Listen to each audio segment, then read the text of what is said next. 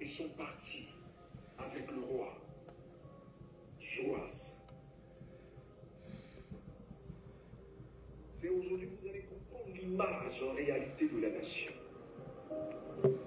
Parce qu'au début, beaucoup n'ont pas compris. Tu sais, vous savez, les prophètes parlent en parabole. Au début, quand je disais aux gens que cette nation a abandonné le Seigneur, et les hommes de Dieu, quand Dieu m'a appelé pour la première fois, le jour où Jésus-Christ est rentré dans ma chambre, après m'avoir révélé les mystères et les fondations sur lesquelles a été créé le monde et l'humanité, les fondements des religions du monde,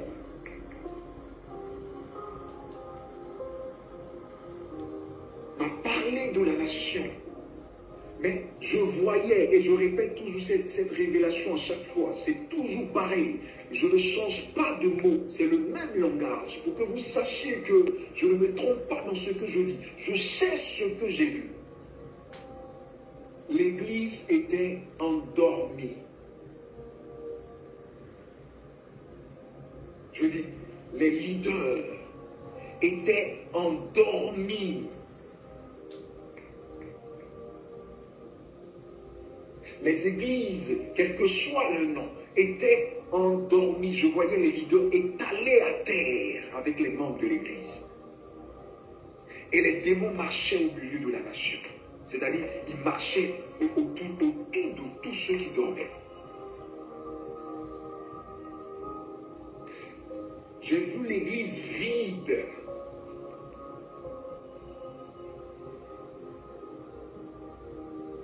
J'ai vu l'église vide. Et c'est là que le Seigneur me montrait seul dans le temple. J'ai dit à Dieu, mais Seigneur, pourquoi tu me montres ça? Où sont ces grands leaders-là, ces grands leaders qu'on connaît dans la nation, connus même partout dans le monde entier? Non, mais où sont ces leaders? Parce que j'avais pour modèle plusieurs. Je suivais leurs prédications, je suivais leurs enseignements. C'est à partir de ce jour que j'ai commencé à me désabonner de ces églises et de leurs leaders. Et l'Éternel nous dit, il n'y a personne comme sentinelle sur la nation. À part toi que j'ai mis là, pour intercéder, pour réveiller certains. C'était après la crise de 2010. Nous étions en 2012, lorsque j'ai reçu l'appel. Je savais déjà qu'il y avait l'appel sur moi, mais c'est là que j'ai commencé le ministère.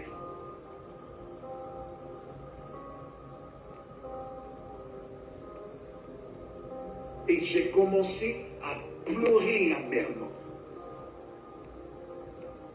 Pleurer pour ces leaders-là. Pleurer pour toutes les églises de la nation. Et Dieu m'a transporté encore jusqu'au Ghana, au Nigeria, aux États-Unis. Je partais maintenant à chaque nuit. L'Éternel venait me voir et m'enlevait de mon lit et me transportait dans les nations. C'est là que j'ai noté, ce cahier-là même, je l'ai perdu.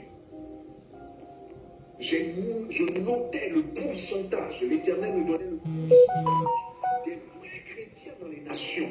Un jour, on va en parler. Il y a eu une vidéo même où j'ai mentionné ça. Mais je n'ai pas tout mentionné. Mais tout est mémorisé. Donc je croyais que les églises anglophones étaient au-delà. Et il m'a dit, mais les églises anglophones même, c'était pas la catastrophe, mais j'étais étonné de voir que 8 serviteurs de Dieu dans tout le Nigeria vrais serviteurs de Dieu.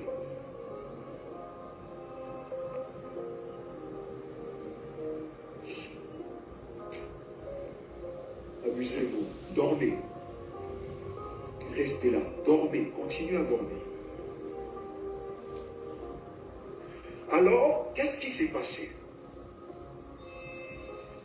Quand la Côte d'Ivoire a été conquérie,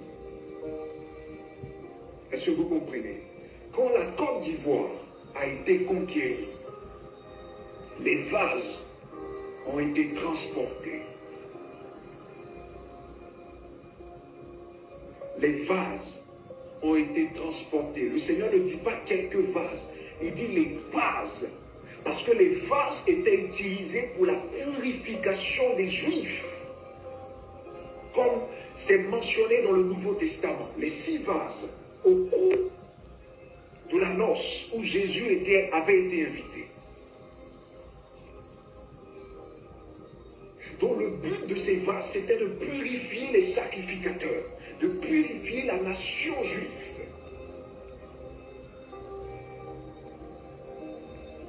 Ces vases étaient les modèles. Ils avaient la parole autorisée. Ils avaient le mandat de Dieu à parler pour Dieu, à orienter le peuple de Dieu. Mais ces vases ont été transportés par le roi Joas.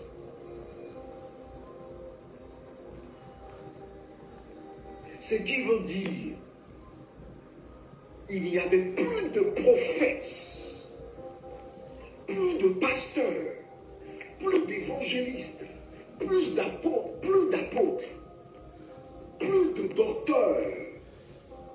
Ils prêchaient, ils enseignaient, mais Dieu ne les avait plus. On les avait transportés du côté de Joas. Ils n'étaient plus des prophètes ordinaires, mais ils étaient des prophètes désormais manipulés.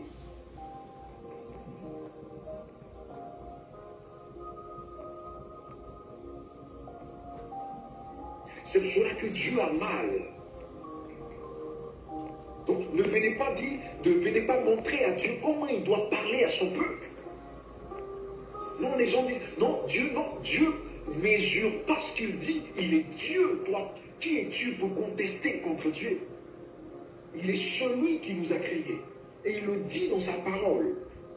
Depuis quand l'argile dit-elle à son Dieu comment Dieu doit la manier? Comment Dieu doit la faire? Comment elle peut se plaindre contre son Dieu?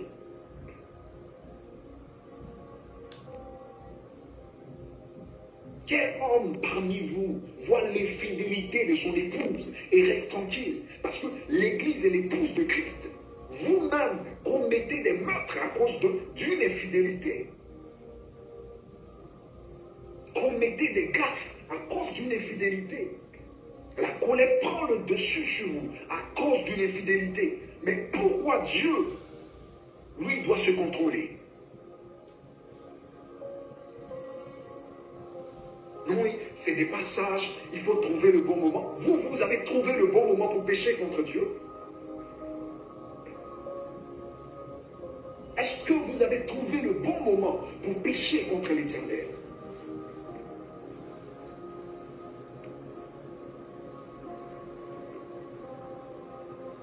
Arrêtez ça. L'Éternel est Dieu et il reste Dieu.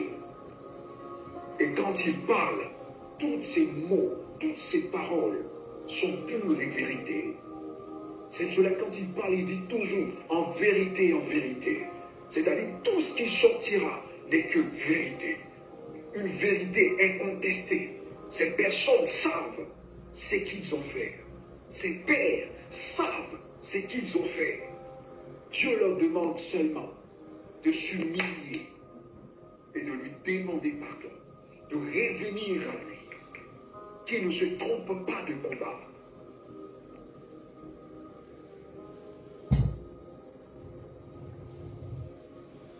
Ne montrez pas à Dieu ce qu'il doit faire.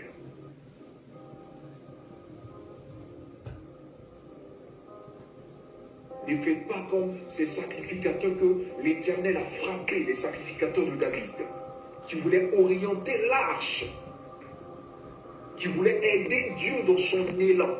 On aide Dieu en marchant dans la sainteté. Parce que nul n'est sage que lui. Je connais ce Dieu. On ne joue pas avec lui, c'est un feu dévorant.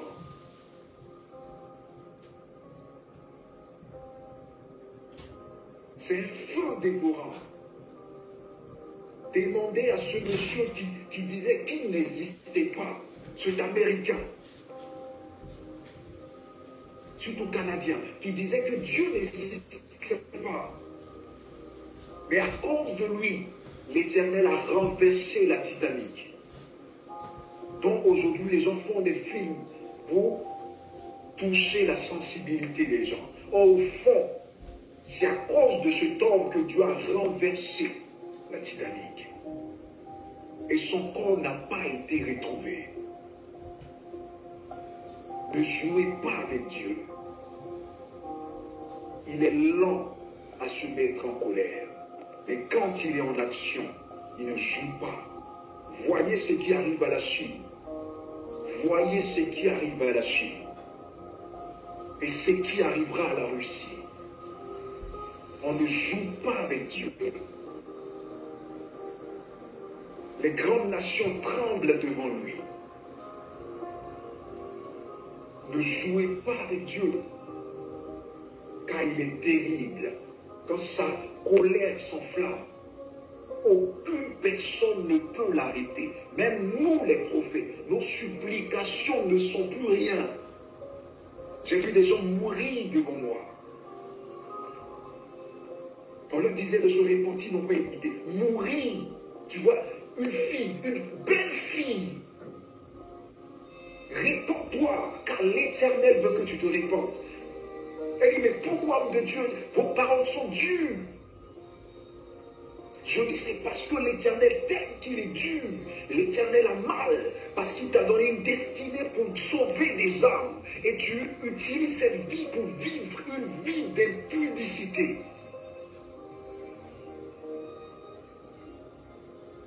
Mais le jour, elle est tombée. Vous voyez la fille, elle est forte, belle. Et ce jour-là, ils m'ont appelé. Je vais, et puis on me dit, la famille pleurait, tout le monde était en train de pleurer.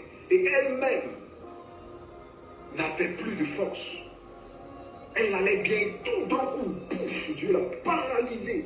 Paralysée. Paralysée. Son côté là était mort.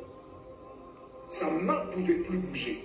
Son pied, tout ici, n'était plus capable de bouger. L'autre côté bougeait. Et elle pleurait.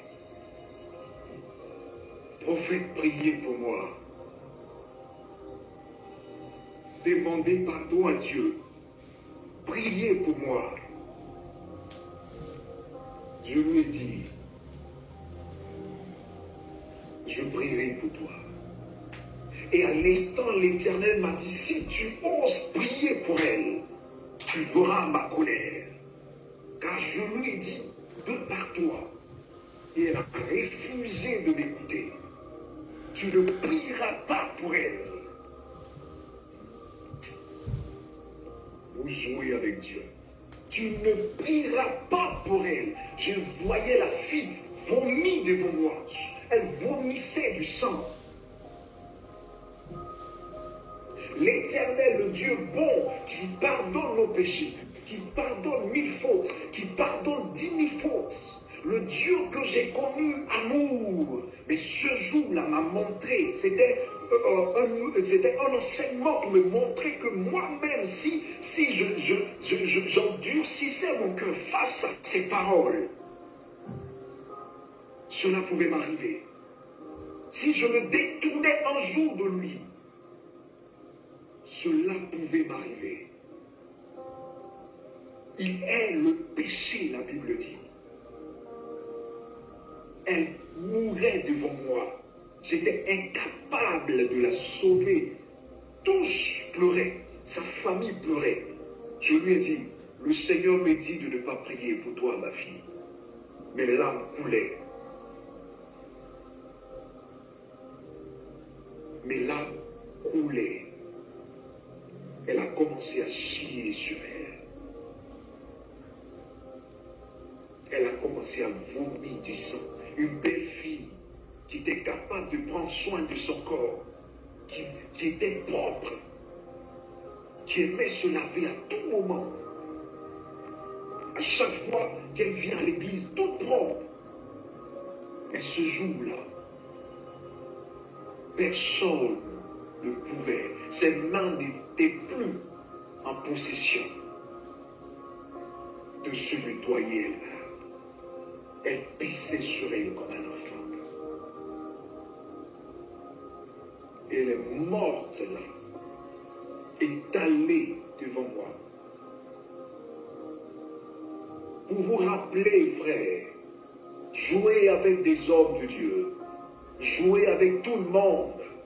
Mais quand un homme dit, l'Éternel dit, ne jouez plus. Ne jouez plus avec Dieu. On peut commettre des erreurs. On peut faillir quelque part.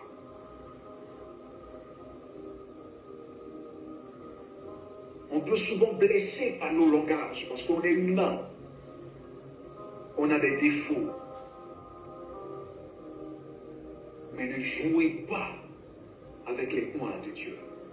Ne jouez pas avec celui qui dit « Ainsi parle l'Éternel ». Il est terrible.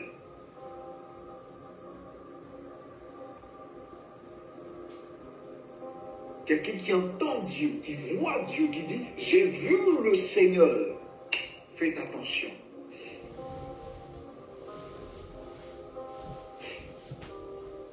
Tout à l'heure, je vais parler. Le Seigneur veut que je parle de ça dans un prochain direct. Je voulais bien parler. Mais tout à l'heure, le Seigneur m'a dit non. Prochainement. Mais il me permet de parler au moins de ce dont on va parler.